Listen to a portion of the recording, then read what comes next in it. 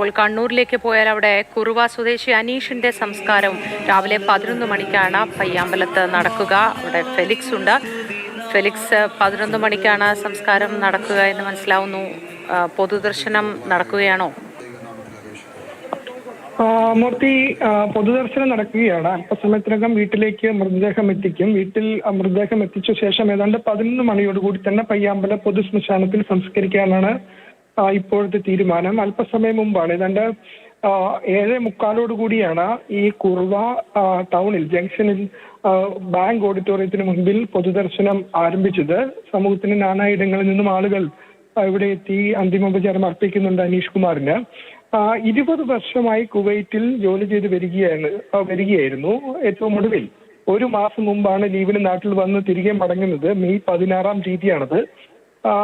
അതായത് ഇനിയൊരു തിരിച്ചുപോക്കില്ല. അതായത് ഈ പ്രവാസ ജീവിതം അവസാനിപ്പിക്കാൻ തന്നെയാണ് അനീഷ് കുമാർ തീരുമാനിച്ചത്. എന്നാൽ ഒരിക്കൽ കൂടി, ഒരു തവണ കൂടി പോയി വരാം എന്ന് തീരുമാനിക്കും. അങ്ങനെയാണ് മെയ് 16-ന് ലീവ് അവസാനിച്ച ശേഷം തിരികെ മടങ്ങിയത്. എന്നാൽ ഇപ്പോൾ ഇത്തരമൊരു ദുരന്തത്തിൽ ജീവൻ നഷ്ടമാകുന്നു. തീർച്ചയായിട്ടും അവരുടെ കുടുംബത്തിനും ഒപ്പം തന്നെ നാട്ടുകാർക്കും ഒക്കെ തന്നെ ഒരു തീരാ നോവായി ഈ അനീഷ് കുമാറിന്റെ വിയോഗം മാറുകയാണ്.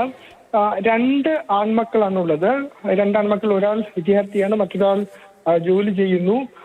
തീർച്ചയായും ഇത്തരത്തിൽ ഒരു പ്രവാസ ജീവിതം അവസാനിപ്പിക്കാൻ തീരുമാനിക്കുകയും 20 വർഷമായി കടൽ കടന്ന് ജോലി ചെയ്ത് അങ്ങനെ ജോലി ചെയ്ത് ഏറ്റവും ഒടുവിൽ ഈ പ്രവാസ ജീവിതം അവസാനിപ്പിക്കാൻ തീരുമാനിച്ചതിന് പിന്നാലെയാണ് ഇത്തരമൊരു ദുരന്തം ഈ അനീഷിനെ തേടിയെത്തുന്നു എന്നതാണ് ഏറ്റവും സങ്കടകരമായ കാര്യം. ഇന്നലെ ഈ വിവരം വീട്ടുകാരെ ഒന്നും തന്നെ അറിയിച്ചിരുന്നില്ല. ഭാര്യ അടക്കമുള്ളവരെ അറിയിച്ചിരുന്നില്ല. മക്കളെ മാത്രമാണ് ഈ കാര്യങ്ങളൊക്കെ തന്നെ അറിയിച്ചതെങ്കിലും ഇന്ന് രാവിലെ വീട്ടുകാരെ ഈ വിവരം അറിയിച്ചു. അല്പസമയത്തിനുള്ളിൽ തന്നെ ഈ മൃതദേഹം ഇപ്പോൾ വീട്ടിലേക്ക് കൊണ്ടുപോകും. അവിടെ എത്തിച്ച ശേഷം 11 മണിയോടുകൂടി പയ്യാമ്പലം പൊതുശ്മശാനത്തിൽ സംസ്കരിക്കാനാണ് ഇപ്പോഴത്തെ തീരുമാനം. ശരി ഫെലിക്സ്.